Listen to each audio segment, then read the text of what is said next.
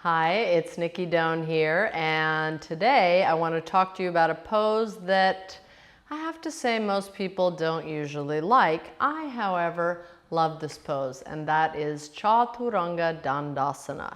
Usually when people hear that, they're like, oh no, I can't do that pose. Okay, so Chaturanga Dandasana, it translates as the four-legged staff. Chat means four, angas are like ashtanga, the limbs, and danda is a staff. So it's a pose that comes up a lot in Surya Namaskar. It's a pose that people use to get strong, but it's a pose that's really misunderstood, okay? The alignment of Chaturanga Dandasana is really important, especially in Surya Namaskar, because it's a pose that leads you into another pose. So in Chaturanga Dandasana, if you look at me from the side, this is the alignment of the arms. Okay, your wrists should be under your elbows, and your shoulders are the height of your elbows. Now what happens a lot in this pose, and it's usually because we jump back into the pose or even stepping without strength, and I'll show you, right from here. People lift their head, and then they go to step or jump back. If they go too far back and come down, I see this all the time. So the butt will be high, and look how low my shoulders are, and then people usually just want to get out of there and go to something else. Chaturanga Dandasana, it has elements of a back bend in it, and it's kind of like an arm balance, right? You're supporting yourself on your arms and your feet. So the alignment is important because you want to keep the chest open. The alignment of the body influences and affects the alignment of the mind. Now you've heard me talk about the inner triads of the hands before, so quick reminder, the inner triads are comprised of 3 points: index finger knuckle, base of your thumb knuckle, and your inner wrist. Inner triads are really important in Chaturanga Dandasana. Your wrists are under your elbows so that you can squeeze your elbows towards your ribs and open your upper chest. Look at that alignment. The shoulder blades squeeze towards each other in Chaturanga Dandasana, and you're suspended in the pose, balancing on your hands and the tips of your toes. Okay, it's the tips of the toes. And your legs are really strong. A danda is a staff, right? Like something really solid and strong. So your legs and your body, your torso, form the staff. So take a look at the pose.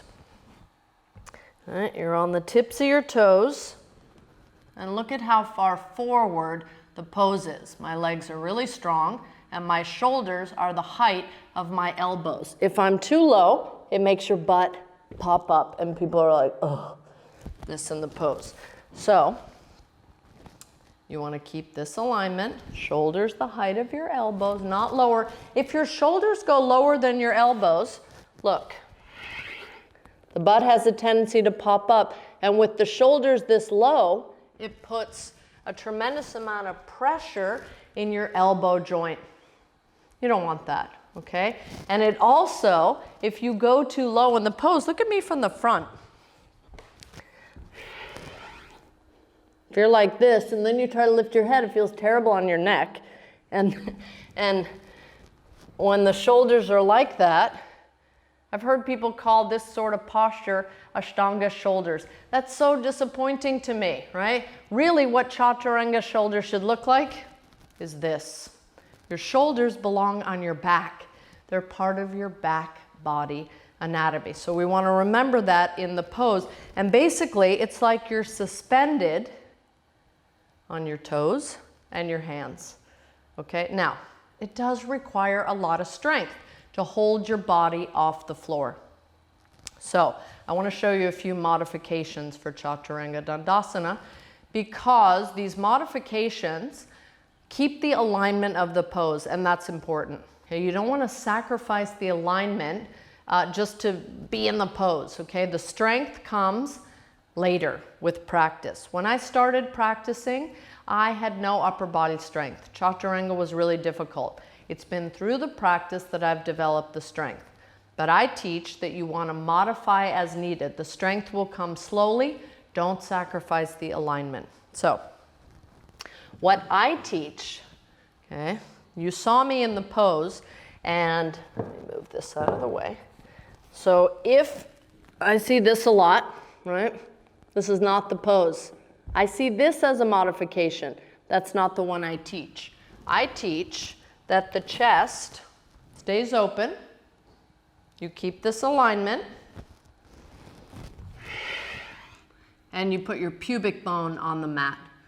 With the pubic bone on the mat, your legs can stay strong and straight. See that? The legs have to be engaged. And then you can push your inner triads into the floor, your hands, and lift your chest. Right? And you see my back, there's a bit of a back bend there.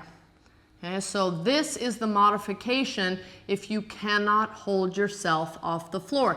Because that modification, you keep the alignment in your chest, your legs stay active, and you keep this part of your body, your psoas, the front of the groin, long, okay? Now, that's something to do, especially within Surya Namaskar. When you're stepping back, if you don't have the strength to stay in the pose, put your pubic bone on the mat. I want to show you one other thing with this block. This is kind of awesome because when you use this block, you can stay in the pose for quite a while. Where are we going to put the block?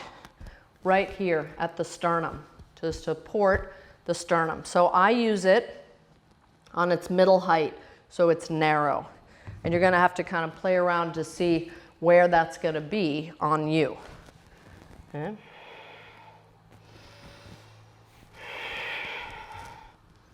You come into the pose like this, and I love this, right? Because then I can really focus on working my legs. There's no pressure in my wrists. You can squeeze the elbows, and you can look forward because the face should be forward in Chaturanga Dandasana. If you look down, it tends to roll the shoulders. You want to look forward so you can move your shoulders onto your back. Okay. So it goes right at your sternum, and you have to be careful. If the edge of the block is like pushing into your belly, move it a little bit. You'll find the place. If your breasts are getting smushed, you got to make a little space there. This goes between the breasts, so it's supporting your sternum. Now I'm going to show you the full pose because it's such a great pose. So I'm going to come into it from downward dog. Look up, come way up on the tippy toes. I'm looking forward. Bend your elbows and stay. So keep your legs strong, look forward, open your chest, and then you could go into upward dog and downward dog. And I teach this a lot. Come way up on the tippy toes, look forward, exhale, Chaturanga Dandasana. Inhale, upward dog. Exhale to downward dog. And now I'll show you with the modification. Inhale up. Exhale. Pubic bone to the mat. Point your toes. Inhale, open your chest. And exhale to downward facing dog. So, Chaturanga Dandasana. Make friends with this pose. It's a great pose. It puts your shoulders on your back, opens your chest, develops strength in your legs, in your abdomen. And if you're doing any kind of Vinyasa yoga, you're going to be doing this pose a lot. So, make friends with Chaturanga Dandasana. Aloha and namaste.